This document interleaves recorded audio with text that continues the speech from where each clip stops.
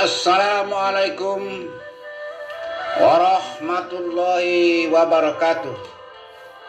Alhamdulillahilladzi hadana lihaza wa ma kunna linahtadiya laula an hadanallah. Asyhadu an la ilaha illallah wa asyhadu anna Muhammadar Rasulullah. Rabbi shrah li sidri wa yassir li amri wa ahlul 'uqdatam min lisani wa yafqahu qawli. Para pencinta hukum adat yang saya muliakan, para calon pimpinan masa depan tanah sebingkah payung sekati, aik setitik telaga rahmat, pucuk Jambi 9 lurah, pucuk Jambi 9 macam bidang hukum adat, pucuk Jambi 9 rahasia yang dilindungkan oleh Allah Subhanahu wa Ta'ala. Izinkan saya pada kesempatan ini mengisahkan tentang uji ilmu kanuragan antara orang Kaitam dengan Temenggung Merah Matu.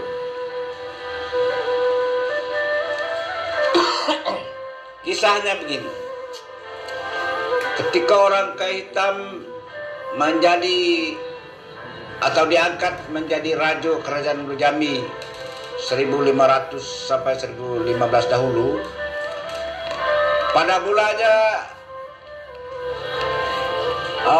pusat kerajaannya adalah di Ujung Jabung, Negeri Lamu. Agama Islam sudah berkembang di Jambi ini. Hampir semua penduduk telah berkembang, tapi negara belum dikatakan dijadikan agama negara.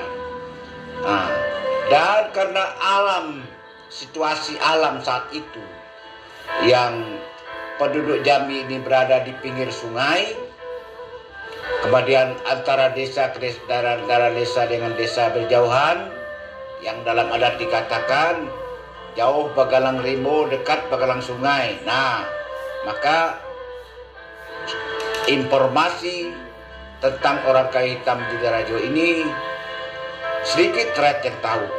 Padahal Raja Jambi itu mula-mulanya kan setelah meninggal setelah berhenti Putih Selaro Pindah Masa, digantikan orang Kaya Pingai, kemudian diganti oleh orang Kaya Kedataran.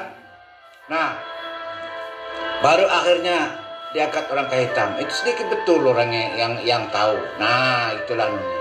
Karena waktu itu maklum saja, jalan raya itu sungai ini, Sungai Batanghari. Jadi kalau jalan darat, jalan kaki, jalan setapak 3 hari ada, tapi jauh gitu. Nah, gitulah kiranya. Nah, jadi informasi tentang sesuatu lambat berkembangnya. Nah, begitulah anunya. Maka timbullah keinginan dari orang Kaitam itu untuk menjalani wilayah Jambi ini. Dari mulai Tanjung Jabung, Ujung Jabung, Negeri Lamu itu dia mau berangkat ke daerah Tembesi, daerah Batanghari, karena kira-kira gitu anunya. Yang niat ya, di samping mencari sesuatu yang barangkali aman untuk kerajaan itulah. Maka diputuskanlah dia di pada hari nan elok, ketika nan baik, waktu nan mustari. Menurut adat, rajo berjalan tano negeri aman, kalau dubalang berjalan tano negeri susah. Nah, sekarang raja orang Kaitam berjalan karena negeri memang sedang aman-amannya waktu itu. Lalu orang Kaitam dan tokoh masyarakat berjalan untuk melihat perkembangan agama Islam dan melihat keadaan rakyat sambil mencari ilmu kesaktian atau ilmu mandraguna, ilmu kanuragan. Ya maklum zaman itu, kalau untuk menjadi pemimpin tuh banyak baju gitulah. Kalau ibarat baju ini, kalau pakaian satu lembar saja dah repot. Jadi baju itu harus berlapis-lapis, ya, kira-kira begitu. Di daerah, jadi orang Kaitam ini mulai dari daerah Batanghari yang waktu itu sebelum Kawas atau Jabung, Negeri Lamu, lalu dia berjalan terus sampai ke ujung. Nah, kira-kira itu dia itu. Akhirnya dia berjalanlah dengan rajung kerajaan Tanah Pilih Jambi tadi. Dek lamo lambat di jalan, habis hari berganti hari, akhirnya sampailah dia di Muara Tumsi. Nah, sampai di Muara Tumsi itu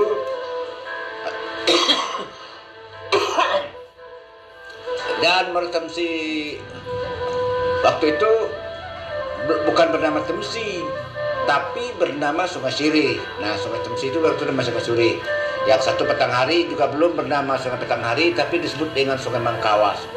Jadi muara dari Sungai Mangkawas dengan Sungai Sirih itu, atau Sungai Tembesi dengan Petang Hari, diambilnya itu. Nah, diambilnya, ditimang-timangnya di telapak tangannya. Nah, itulah ya. Dia untuk merasakan mana yang lebih berat.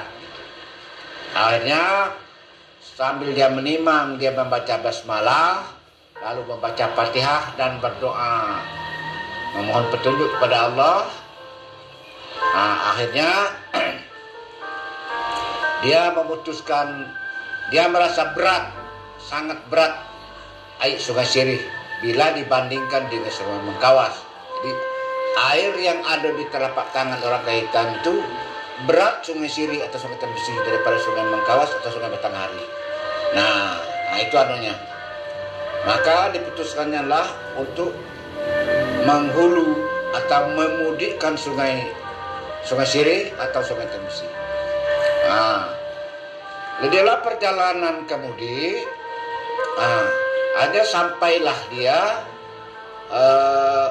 di satu tempat, dia menemukan puntung api anyut. Disuruhnya orang ambil puntung api itu, lalu dilihatnya, ternyata puntung api yang hanyut itu ada selembar rambut yang panjang sekali. Nah, menurut cerita lebih dari beberapa meter gitu panjangnya. Nah, akhirnya di dalam hati orang Hitam berkata, pastilah yang punya rambut ini seorang gadis cantik dan anak rajo yang sakti. Nah, kira-kira itu kesimpulan dalam hatinya. Hanya perjalanan diteruskan, lalu bertemulah dengan satu kampung. Lalu penduduk di situ dikumpulkan dalam satu bukit. Nah, lalu dikatakan bahwa kita ini, Tuhan kita itu Allah, Tuhan kita itu satu yang menjadikan alam semesta ini. Jangan lagi kamu menyembah batu, menyembah gunung, menyembah matahari. Tinggalkanlah agama-agama animis nenek moyang kita itu. Ucapkanlah kalimat asyhadu an la ilaha illallah wa asyhadu anna muhammadar rasulullah. Jangan menyembah yang lain selain dari Allah. Akhirnya orang di satu desa yang dikumpulkannya di satu bukit itu serentak memeluk agama Islam, bersyahadat secara serentak, mengucapkan kalimat la ilaha illallah muhammadar rasulullah. Nah, maka bukit tempat orang bersyahadat serentak itu disebutlah Bukit Terentak. Asal katanya Bukit Terentak. Kemudian di desa Bukit Terentak ini, karena orang Hitam masih meneruskan perjalanan, dan kan orang sini sudah bersyahadat masuk Islam, tapi bagaimana ajaran Islam, bagaimana mengamalkan agama Islam, tentu mereka tidak bisa. Perlu ada bimbingan, perlu ada guru yang mengajarkannya. Maka dalam rombongan orang Hitam ini ada seorang guru yang berpengalaman dan umurnya juga dimana telah tua. Jadi kalau dia berjalan terus-menerus, dikhawatirkan kan sakit. Lalu orang Hitam mengatakan, Pak tua, Bapak Kiai, Bapak Baile yang tinggal sini ngajar orang dusun ini mengajar agama Islam. Nah, mau dia? Rupanya mau dia. Lalu ditawarkan kepada orang desa itu, bagaimana kalau orang tua ini kami tinggalkan di sini untuk mengajar kamu di sini? Tapi kamu pelihara beliau, dia beri makan, beri minum segala macam. Orang tersebut, orang sekampung itu setuju memberi menjaga keamanan, memberi makan minum orang tua tersebut. Orang tua itu tinggallah di desa itu mengajarkan ilmu tentang agama Islam. Mereka buatlah surau sana, mereka mengajarkan ini. Maka dusun ini disebutlah Guru Tuo, desa Guru Tuo. Akhirnya berkembang bahasa, disebutlah dengan desa Gurun Tuo. Nah, jadi Gurun Tuo itu masuk Islam. Masyarakatnya di Bukit Terentak atau Bukit Serentak, dulu disebut Serentak masuk agama Islam. Ini adalah salah satu jasa dari seorang Raja Melayu Jammi yang disebut dengan orang kayu hitam. Nah, gitu. Hanya orang kayu hitam tadi terus lagi ke hulu, menghulukan Sungai Batanghari tadi. Nah, ada ketemulah dengan Muaro Air Hitam. Nah, satu sungai Tembesi atau Sungai Sirih, yang satu ada air hitam. Nah, kan itu. Barangkali dia ada darah pauh lebih sedikit barangkali ini ya. Lalu diambil orang kayu hitam tuh Muaro sungai itu, diambilnya unggai-unggai, ditampung telapak tangan air Sungai Sirih dan air Sungai Hitam. Lalu ditimbang-timbangnya di telapak tangan dengan sambil membaca Al-Fatihah, sambil membaca basmalah, membaca Al-Fatihah, dan membaca beberapa potong doa, mohon petunjuk kepada Allah. Lalu dia merasa berat sungai air hitam yang ada di telapak tangannya itu daripada Sungai Sirih. Hanya diputuskannya lah untuk berjalan menuju ke hulu Sungai Sirih tersebut. Akhirnya bertemulah dengan sebuah negeri, yaitu negeri Raja Temur Besi, dan bertemu pula lah dia dengan raja tersebut yang disebut orang dengan Temenggung Rahmato, dan tempatnya adalah Istana Bayang Tembesi. Nah, lalu dia mengucapkan salam kepada Datuk Rahmato ini, tapi Temenggung Rahmato tidak mengerti salam orang kayu hitam ini. Dia tidak pernah mendengar, tapi disambutnya orang kayu hitam secara baik, walaupun salamnya dia tidak mengerti. Nah, maka setelah dia sampai sana, sesuai dengan menurut adat Jammi, berti lepe arak, batanyo lepe penat, berunding sudah makan. Maka mereka duduk sejenak, lalu sirih senampan tersaji oleh kedua belah pihak. Rokok, tembakau, kopi, daun telah terhidang oleh dayang istana yang cepat kaki ringan tangan. Asap belum sampai ke hubungan, nasi masak mulailah masak. Nah, orang yang pandai babudi basuh menerima tamu, itulah negeri Temenggung Rahmato. Mulailah mereka menyapa tamu sambil menikmati hidangan yang disajikan oleh para dayang tadi. Lalu tuan rumah itu Temenggung Rahmato memaparkan bahwa mereka adalah Raja Temur Besi. Nanti orang mengatakan, saya inilah adalah dikata orang Raja Temur Besi, yaitu Temenggung Rahmato nama saya kan. Istri saya atau permaisuri raja namanya Putih Tampuk Bulan. Nah, itu kata dari Temenggung Rahmato. Kemudian saudara saya yang duduk sebelah kanan saya ini katanya namanya Temenggung Temantan. Temenggung Temantan ini menjadi wakil Perdana Menteri gitulah. Dia adalah saudara dari Temenggung Rahmato. Nah, dia punya anak ini kata Rahmato. Kemudian orang betul saya punya dua orang anak katanya. Nah, namanya pertama Raden Kuning Megat di Alam. Nah, dia anaknya kayak anak malam gitulah. Yang kedua namanya Putih Mayang Ngurai.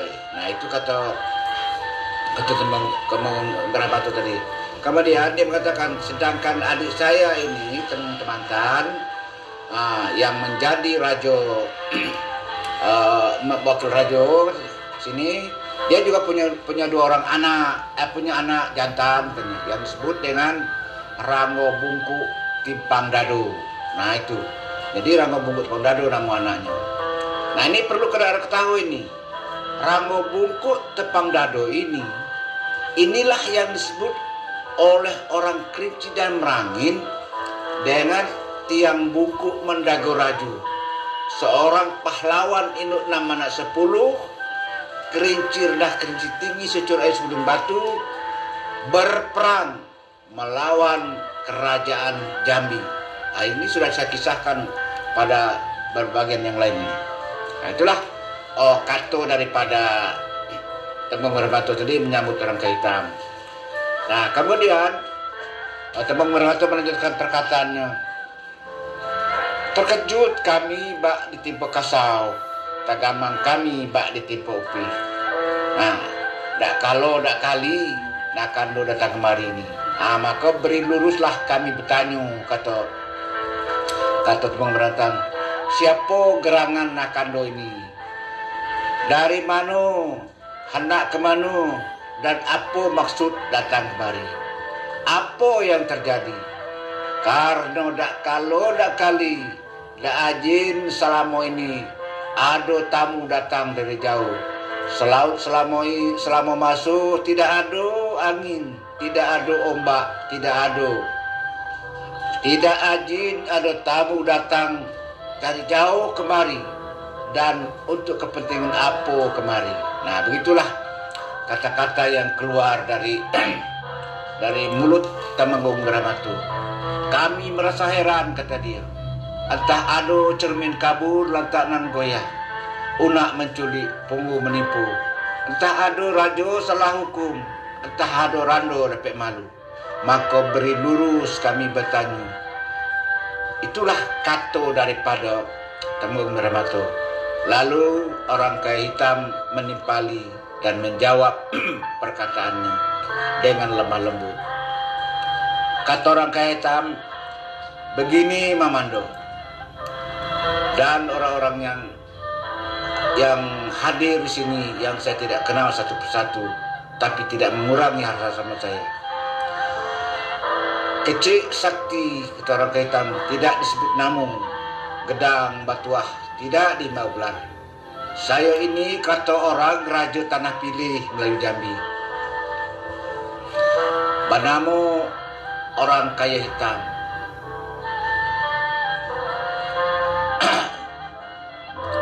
Ibu saya Putih Selaro Pinang Masak, Raja Jambi. Ayah saya Datuk Paduka Beralu asal Turki, seorang penyiar agama Islam yang tinggal di Jambi. Adapun saya kesini, kata orang kaya hitam, untuk bersilaturahmi dengan segala amor rakyat sepanjang apa yang kami lalui. Karena menurut adat Jambi, kata orang kaya hitam, di lahir rakyat menyembah, di batin rajo yang menyembah. Karena rajo adalah pengembala dan pelayan rakyat, maka saya ingin mengajak seluruh rakyat untuk menyembah Allah. Jangan ada yang disembah selain dari Allah. Dan ingin mengetahui pertahanan nama rakyat menjaga negeri. Saya ingin menambah ilmu dan belajar kepada Mamando Temenggung Meramatu dan Temenggung Tamatan yang sakti keramat, yang punya ilmu kesaktian mandraguna. Nah itu kata orang kaya hitam kepada Temenggung Meramatu dan Temenggung Tamatan. De elok runding bicara antara orang kaya hitam dengan Temenggung Meramatu, maka disepakatilah untuk membuka gelanggang keramaian dalam sempit ceko. Jadi sempit ceko itu 3 hari, artinya dibukalah gelanggang keramaian sempit ceko. Ini perlu diketahui, di zaman dahulu, di zaman Melayu purba, kalau orang mengadakan satu hajatan, satu lek besar, itu dibuka gelanggang. Nah, di gelanggang itu dipukullah gong, gendang, seruling, surna, kecapi. Dan di situ semua aneka macam permainan boleh dipertunjukkan. Mulai dari main sabung ayam, main judi, main dadu, main apa saja yang menarik hati rakyat. Silahkan saja, bebas sebebasnya di dalam gelanggang. Nah, di dalam gelanggang itu kalau terjadi apa-apa, mati tidak dibangun, luko tidak dipampeh, balu tidak tepung. Nah, gitulah kiranya. Kalau mati ya kubur ke situ. Nah, itulah kira-kira zaman dahulu Melayu ini. Kira-kira begitu yang terjadi. Nah, demikian juga lah di antara orang hitam tadi. Deelak runing manis bicara antara orang hitam dengan Temenggung Rahmato disepakati membuka gelanggang keramaian dalam sepi teko. Lalu diadakan siang malam melakukan uji coba ketangkasan untuk tambal sulam kesaktian. Ingat, uji coba ketangkasan ini misalnya kalau kalah orang hitam, maka orang hitam belajar dengan Temenggung Rahmato, dan Temenggung Rahmato harus mengajarkan kepada orang hitam. Nah, kalau kalah Temenggung Rahmato harus belajar dengan orang hitam, dan orang hitam harus mengajarkan pada Temenggung Rahmato. Nah, begitu anunya. Begitu kesepakatan mereka antara Kerajaan Melayu Jambi dan Kerajaan Tembun Besi dengan Raja Tembun Besi, yaitu Temenggung Rahmato. Maka dipalulah tabuh larangan. Telah sepakat tadi, dipalu tabuh larangan, berbunyilah tabuh nan banyak. Tabuh istana menyudahi, istana Bayan Tembun Siti. Meletuslah bedil 9 letus, berdentum meriam 9 dentuman, batalu gong dan canang, tiada henti gendang dan kecapi, menggigil, memanggil segala hamba rakyat untuk berkumpul dengan Raja Tanah Pilih di Istana Bayan Tembesi. Akhirnya apa yang terjadi? Baduyun-duyun rakyat datang. Besar kecil tua muda, jantan betino. Nan lumpuh datang didukung, nan buto datang dipapah, nan patah datang ditandu. Akhirnya nan dileku, anak-anak dileku datang mendaki, nan di bukit datang menurun. Pokoknya penuh sesak di sekitar istana itu. Sesak sempit tempat nan data, nan lekuk lah penuh puluh. Orang berkumpul menyaksikan uji coba ketangkasan antara dua raja ini, antara orang hitam dan Raja Tembun Besi, Temenggung Rahmato. Maka keesokan harinya, ketika matahari beremang naik setinggi galah di ufuk timur, masuklah Temenggung Rahmato dalam gelanggang yang diiringi oleh dubalang, dayang pengasuh, inang pengiring.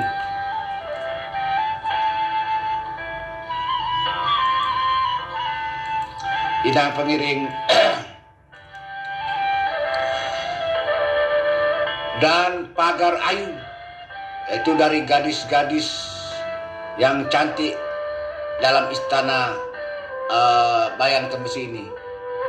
Diikuti pula oleh tematan beserta arah iringnya. Akhirnya masuk pula lah orang hitam dengan rombongan yang ada dibawanya dari ujung Jabung negeri Lampung. Setelah tiba saat acara dimulai, maka Raja Tembun Besi bertitah kepada segala hamba rakyat.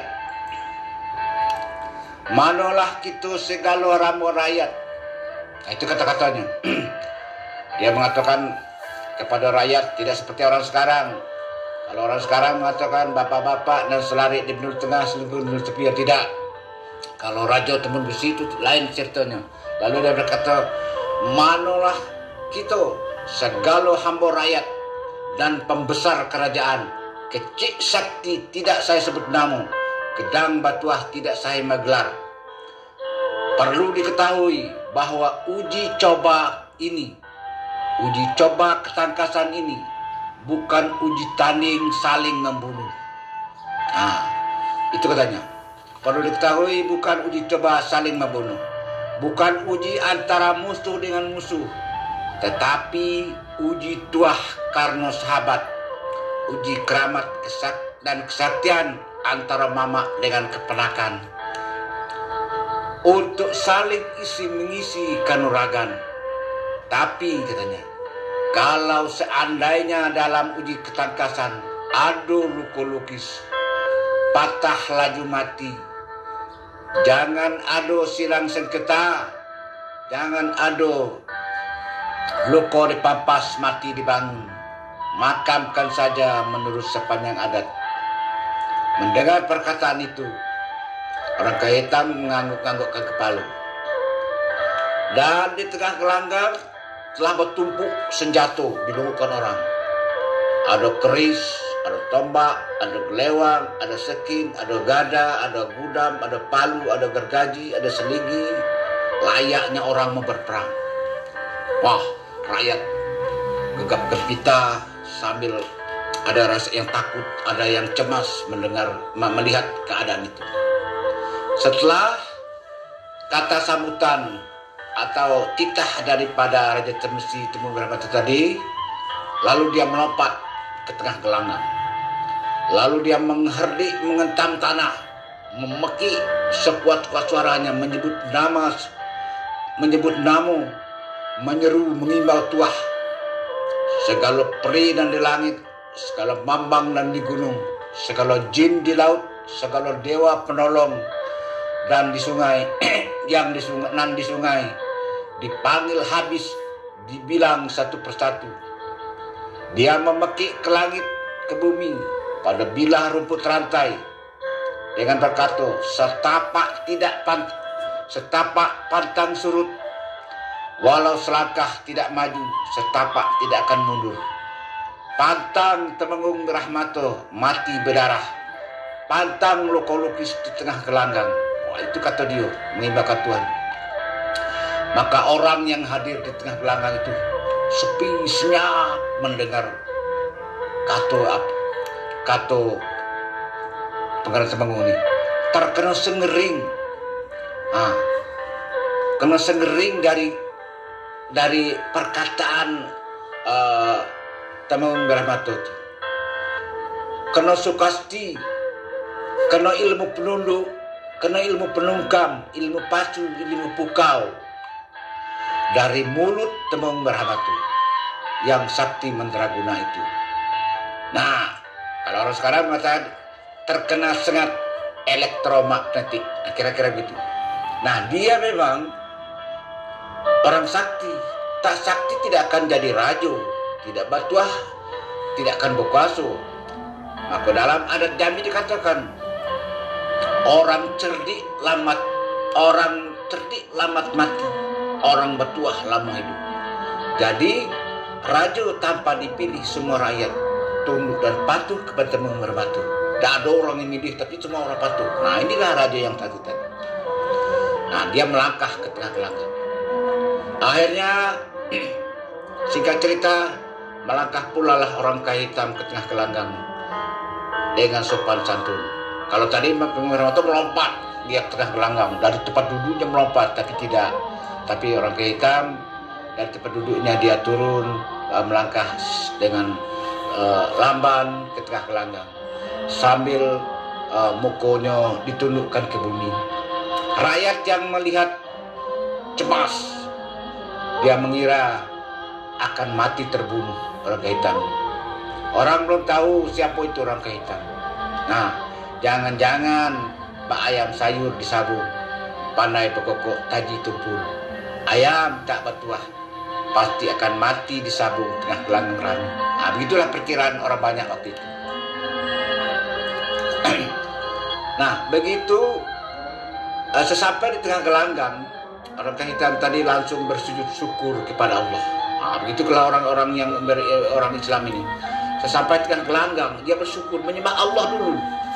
Nah, mukonya ditundukkannya ke bumi. Karena ini uji kanuragan. bisa hidup, bisa mati. Nah, kira-kira begitu anggapan orang. Nah, karena bersyukur itu karena dia dapat kesempatan untuk uji tanding. Nah, dengan orang kaya, dengan raja Bangarajo. Kemudian dia angkat tangannya, dikadahkan tangannya ke langit. Lalu dia berdoa kepada Allah Subhanahu wa taala. Ya Allah, Zat yang Maha Kuasa, katanya. Di genggamanmu jiwaku berada. Rabbi adkhilni mudhala sidqau wa akhrijni mukhja sidqau waj'ali min ladunka kasultanan nasir. Nah, itulah doa orang kehitam yang diambilnya dari surat Al-Isra atau surat ke-19 ayat 80. Yang artinya begini. Ya Tuhanku, masukkan aku secara baik yang benar, dan keluarkanlah aku dengan cara baik dan keluar yang benar, dan berikan kepadaku dari sisi Engkau kekuasaan yang menolong. Engkaulah Tuhan yang Maha Agung dari segala yang agung di bumi. Nah, itu doa orang kita. Lalu dilanjutkan, di bumi Majapahit Engkau selamatkan jiwaku. Apakah di bumi tanah pilih tempat Bali terkubur darah bertumpah? Waktu lahir aku mati berdarah. Engkau yang Maha berkehendak. Cukuplah Engkau ya Allah penolongku, karena Engkau Maha Kuasa dari segala yang kuasa. Hasbunallah wa ni'mal wakil, wa kafa billahi waliya, wa kafa billahi nasiro. Amin. Nah, itulah doa orang kehitam. Setelah itu maka dia berjalan mengambil keris. Karena Temenggung Wirahmato telah mengambil keris. Orang yang melihat diliputi rasa takut dan hati yang berdebar-debar. Ada pula yang menutup muka dengan jari tangan. Pingin melihat tapi takut. Tutuplah muka dengan jari tangan. Keduanya, Temenggung Wirahmato dan orang kehitam di tengah kelangan tadi menari, memecah langkah. Ada yang memecah silat kemenyan, silat harimau, langkah 3, langkah 6, langkah 9, surut, maju, begitulah kira-kiranya. Maka dimulailah dari langkah 3, lalu dipecah langkah 4, 5 dan seterusnya. Kadang-kadang surut, kadang-kadang maju, kadang-kadang jurus musang menerkam ayam, kadang-kadang jurus kucing menangkap tikus, kadang-kadang jurus harimau menangkap bangsa, menari bagaikan elang menyusung angin. Kemudian tikam menikam dimulai. Tikam tibu dielakkan, dianak ditikam pulu, terkadang menyuruk dan melompat. Begitulah terus-menerus, saling tikam, saling pukul. Tidak ada seorang pun yang terkena tikam dan tidak ada seorang pun yang terkena pukulan, baik orang kehitam maupun Temenggung Wirahmato. Semuanya tidak seorang pun yang luka dan tidak seorang pun yang dimakan senjata, walau senjata telah alih-alih berganti antara senjata yang satu dengan senjata yang lain. Begitulah terus-menerus selama 2 hari 2 malam. Bila penat baru berhenti. Kemudian dilanjutkan pula uji kanuragan. Begitulah. Akhirnya sampailah pada hari ketiga. Diuji pula kebal jangat urat kuat tulang besi pada badan tubuh tanpa boleh mengelak. Ini ujian yang hari terakhir. Jadi ditikam tidak boleh mengelak, dipukul tidak boleh mengelak. Harus tahan saja di atas. Disepakati menerima tikaman saja, menerima tusukan dari masing-masing, dan menerima pukulan senjata di kulit tebal tulang yang kuat, tetapi ditahan oleh badan segala senjata yang digunakan. Akhirnya sampailah pada hal yang tersebut. Pada giliran pertama dimulai menahan atau yang menerima tikaman menerima tusukan, menerima pukulan senjata dari Temenggung Merahmato tanpa mengelak. Orang Hitam dulu. Jadi orang Hitam dulu di tengah gelanggang itu Temenggung Merahmato yang melakukan tikaman segala macam itu. Nah gitulah, tidak boleh mengelak, duduk di tengah gelanggang membelakangi Temenggung Merahmato. Maka Temenggung Merahmato menikam, menusuk, mengapak, memukul, menggergaji, mencobakan menancapkan senjata ke tubuh orang Hitam. Segala senjata yang disiapkan di tengah gelanggang itu telah dicoba oleh Temenggung Merahmato. Tetapi Allah yang Maha Kuasa, tidak satupun senjata menciderai tubuh orang Hitam. Semua senjata telah dicoba. Banyak senjata yang rusak patah. Jangankan terjadi luka lukis oleh senjata, bergerak badan orang Hitam pun tidak bergeser sedikit pun, walau hanya untuk semiang atau semili. Nah, begitulah keadaan yang terjadi saat itu. Hanya penglihatan orang yang melihat dan perasaan orang yang menusuk, memukul, merasa kena. Padahal tidaklah demikian. Sedangkan mulut orang Hitam saat itu berkomat kamit mengucapkan kalimat Allahu Akbar, Allahu Akbar, Allahu Akbar, Allah Maha Besar, Allah Maha Besar, Allah Maha Besar. Sampai habis semua senjata yang dicoba oleh Temenggung Merahmato. Tidak terdapat luka lukis sedikit pun ke tubuh orang Hitam. Akhirnya tibalah giliran Temenggung Merahmato pula yang menahan senjata. Lalu dia duduklah di tengah gelanggang sambil membelakang kepada orang Hitam. Lalu orang Hitam mulai melangkah untuk mengambil senjata. Tetapi belum lagi senjata itu ditikamkan ke tubuh Temenggung Merahmato, tiba-tiba melompatlah Temenggung Temantan ke tengah gelanggang ramai secepat kilat. Dia langsung menarik tangan orang Hitam dan tangan Temenggung Merahmato. Lalu Temenggung Temantan berkata,